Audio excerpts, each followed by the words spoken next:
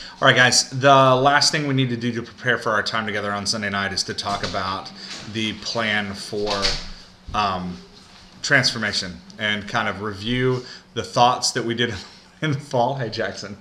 Review the thoughts that we had in the fall. In the spring and in the summer, and talk about we did this planning phase where we planned and put it all together, and we've now launched it. We're 4 weeks after the launch, and so we want to evaluate the planning phase, and we want to rehearse what we're doing so that as we look at 2011, we can kind of say, okay, where are we going to take this thing that we've started? Let's start off. We started with the question, how do we make Valley a healthy, growing church? And off of that question, the first thing we asked is, what is Valley? And that's a natural thing for us to do. How do we make Valley a healthy, growing place? And so we say, well, what is it that we're working with? The problem is that's the wrong question to start with, because when we start with that question, we look around us and we see all these things we do. We see Sunday morning worship, we see Sunday school, we see other programs. I'm going to start calling that activities-driven thinking. We looked at it in March, if you guys remember, we looked at a lot of different types of activities-driven thinking. We talked about attractional worship, making our activities more attractional for people to come. We talked about social justice, making our activities more community-focused. And as we've had the conversation, I've started to realize and just started to grasp more of what we were talking about. And Rick and I have talked a lot about this, and we've kind of come to this place where, it's all activity-centric is the deal. And so we define Valley through these activities that we do, these beloved activities. And again, the activities aren't bad. We find Christ in the activities. We come together for the activities, but we'll get into this in a second. The activities are meant to be tools. They're the means, not the end. But when we start with the question, what is Valley, we end up making the activities the foundation of what we're doing. So we've got these Valley Baptist equals these beloved activities. And in this activity-centric thinking, we ask all of these questions inside the context of our activities. So we want to make Valley healthy and growing, so we go for the question of who is Jesus, but we're answering it in the context with the foundation of these beloved activities. So who is Jesus? Jesus ends up looking like a God that matches our activities, matches what we do and what we see. And we're still challenged by that. We still find the Holy Spirit in that, because God always rewards us for asking the question, who is Jesus? But Jesus is in our box of activities. And then we move to what is a disciple? And a disciple ends up somebody who does the activities fantastically well. So we have activities-driven discipleship. Making more disciples is driven around the activities. Everything discipleship becomes about doing these activities and participating in them. And then how do we reach the lost is the third question we always ask. Once we figured out who is Jesus and discipleship, then we go to how to reach the lost. And how to reach the lost always becomes activity-centric evangelism. Let's make the activities better. Let's make them more attractive. Let's call the community to be part of these activities. So this is the natural way we want to operate, because we naturally go to Valley equaling these beloved activities, and that being our foundation. Problem is, this always leads to frustration. Our disciples become consumers of the activities. We are constantly watering down the activities so that they're more attractive to the people on the outside, and in turn, that affects our discipleship. It enhances the consumers. People aren't empowered to participate because the activities can only be run by so many at one time. And we create this kind of strata of leaders and normal members. And the worst part of all is that to be a follower of Christ means to participate in these activities, to be defined by these rituals and rules, instead of being somebody that's on mission with God, that's sent, and that is specially gifted. As we talked in the spring, we talked about, let's start with a different question. Let's instead start with the question of who is Jesus? And as Rick and I have talked, one of the things that we've really come to see as we've gone through this teaching blast, and one of the things that's really coming home is that the answer to the question of who is Jesus actually isn't answerable, because the more you think you know him, the richer and deeper you find that he is. Like C.S. Lewis says, it's like looking into the bottom of a never-ending well.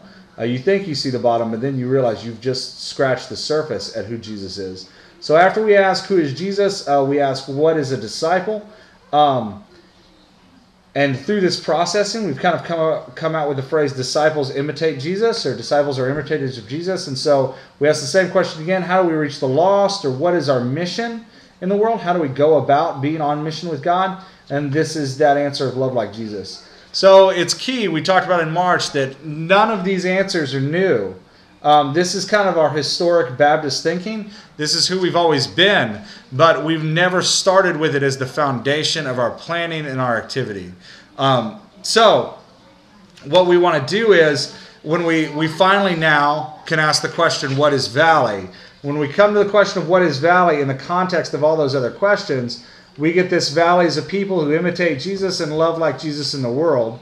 And so instead of our participation at Valley being about participating in certain activities, this activity-centric thinking, participation becomes lifestyle-centric thinking. What we were earlier calling missional thinking. Because the idea there is that we have this mission with God, and joining in that mission together is the definition of our membership at Valley. So we want to do this lifestyle-centric thinking where we have this missional lifestyle, love like Jesus lifestyle. So when we put that as our base, that our foundation, that love like Jesus lifestyle is our foundation, then we're free to create activities that encourage and equip that lifestyle. And that's how they're judged. Their value is judged on how well they are encouraging and equipping people to do the lifestyle. And we hold them loosely so that if one is not encouraging and equipping the lifestyle, we let it go.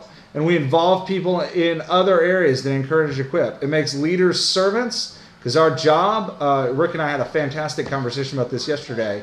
Our job as leaders is to help people find the tools they need to live the lifestyle. And it puts the impetus of mission, it puts the responsibility of reaching the lost in the hands of our people and empowers them to go and do it. So reaching the lost isn't about putting on an activity that is going to attract all kinds of people in. Reaching the lost is instead about our people loving like Jesus in their world, in their communities, amongst the groups of people they're around, and transforming their communities, and then them bringing those transformed people back into our midst to find places where they can be equipped and encouraged. And we want to be constantly sprouting new places to equip and encourage that look so different. Some of these places look the same, right? Some of them look like squares, so we're going to start places of traditional worship, let's say, that are focused on equipping and encouraging the lifestyle. That's how they're judged, as successful or not successful.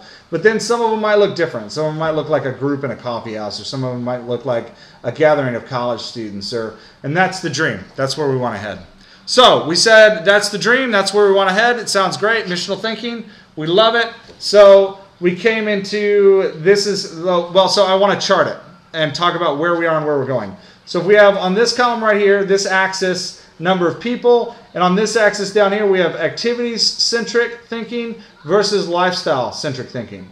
So this is kind of where we were when we started back in the fall. A church member did this for me recently, which I thought was fantastic. She set me down and ran through this. So this is where we were. We had a whole bunch of people that lived in this activity-centric thinking, and we had a very small amount of people that lived in this lifestyle-centric thinking.